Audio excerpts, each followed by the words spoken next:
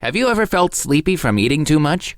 This story provides a perfect example of doing just that. And this story is called The Tale of the Flopsy Bunnies, written and illustrated by Beatrix Potter. This story was originally published in 1909, and according to what she said, this story is for all little friends of Mr. McGregor and Peter Rabbit and Benjamin Bunny.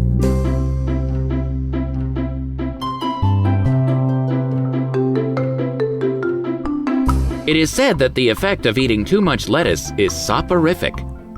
I have never felt sleepy after eating lettuces, but then again, I am not a rabbit. They certainly had a very soporific effect upon the Flopsy Bunnies. When Benjamin Bunny grew up, he married his cousin Flopsy. They had a large family, and they were very improvident and cheerful.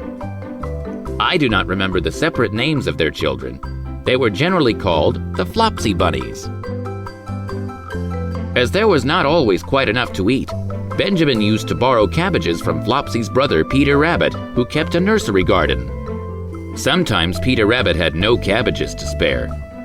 When this happened, the Flopsy Bunnies went across the field to a rubbish heap in the ditch outside Mr. McGregor's garden.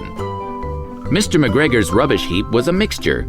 There were jam pots and paper bags and mountains of chopped grass from the mowing machine, which always tasted oily, and some rotten vegetable marrows and an old boot or two.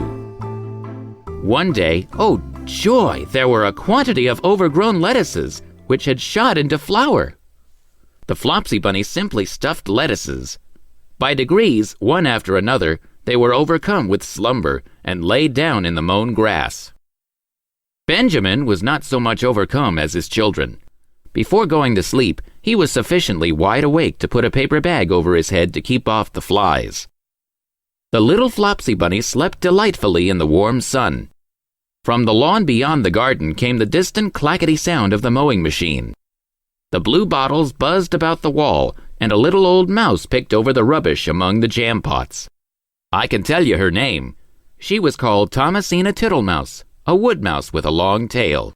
She rustled across the paper bag and awakened Benjamin Bunny.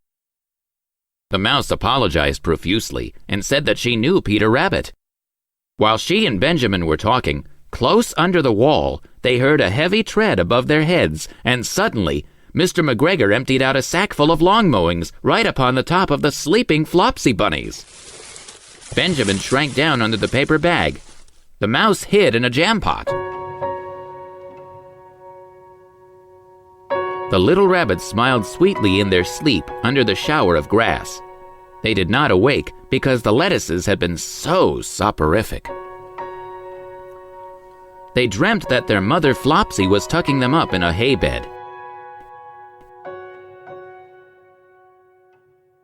Mr. McGregor looked down after emptying his sack.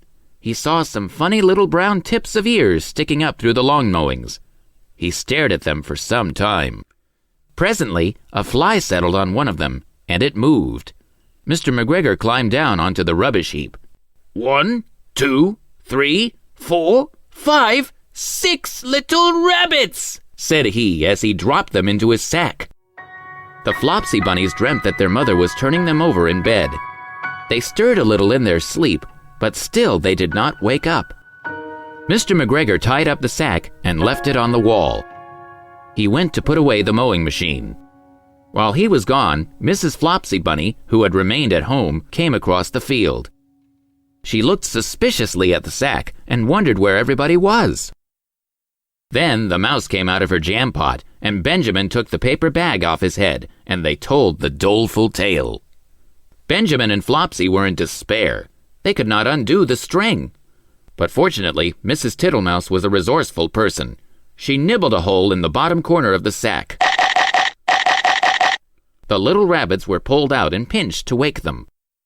Their parents stuffed the empty sack with 3 rotten vegetable marrows, an old blacking brush, and 2 decayed turnips. Then they all hid under a bush and watched for Mr. McGregor. Mr. McGregor came back and picked up the sack and carried it off. He carried it hanging down, as if it were rather heavy. The Flopsy Bunnies followed at a safe distance. They watched him go into his house, and then they crept up to the window to listen. Mr. McGregor threw down the sack on the stone floor in a way that would have been extremely painful to the Flopsy Bunnies if they had happened to have been inside it. They could hear him drag his chair on the flags and chuckle. 1, 2, 3, 4, 5, 6 little rabbits, said Mr. McGregor. What's this? What have they been spoiling now? Inquired Mrs. McGregor. 1, 2, 3, 4, 5, 6 little fat rabbits, repeated Mr. McGregor, counting on his fingers. 1, 2, 3. Don't you be silly. What do you mean, you silly old man? In the sack. 1, 2, 3, 4, 5, 6, replied Mr. McGregor. The youngest Flopsy Bunny got upon the windowsill. Mrs. McGregor took hold of the sack and felt it. She said she could feel 6, but they must be old rabbits because they were so hard in all different shapes. Not fit to eat, but the skins will do fine to line me old cloak. Line your old cloak, shouted Mr. McGregor. I shall sell them and buy myself baccy. Rabbit tobacco. I shall skin them and cut off their heads. Mrs. McGregor untied the sack and put her hand inside. When she felt the vegetables, she became very, very angry. She said that Mr. McGregor had done it on purpose. And Mr. McGregor was very angry too. One of the rotten marrows came flying through the kitchen window and hit the youngest Flopsy Bunny. It was rather hurt. Then Benjamin and Flopsy thought that it was time to go home. So Mr. McGregor did not get his tobacco, and Mrs. McGregor did not get her rabbit skins. But next Christmas, Thomasina Tittlemouse got a present of enough rabbit wool to make herself a cloak and a hood, and a handsome muff, and a pair of warm mittens.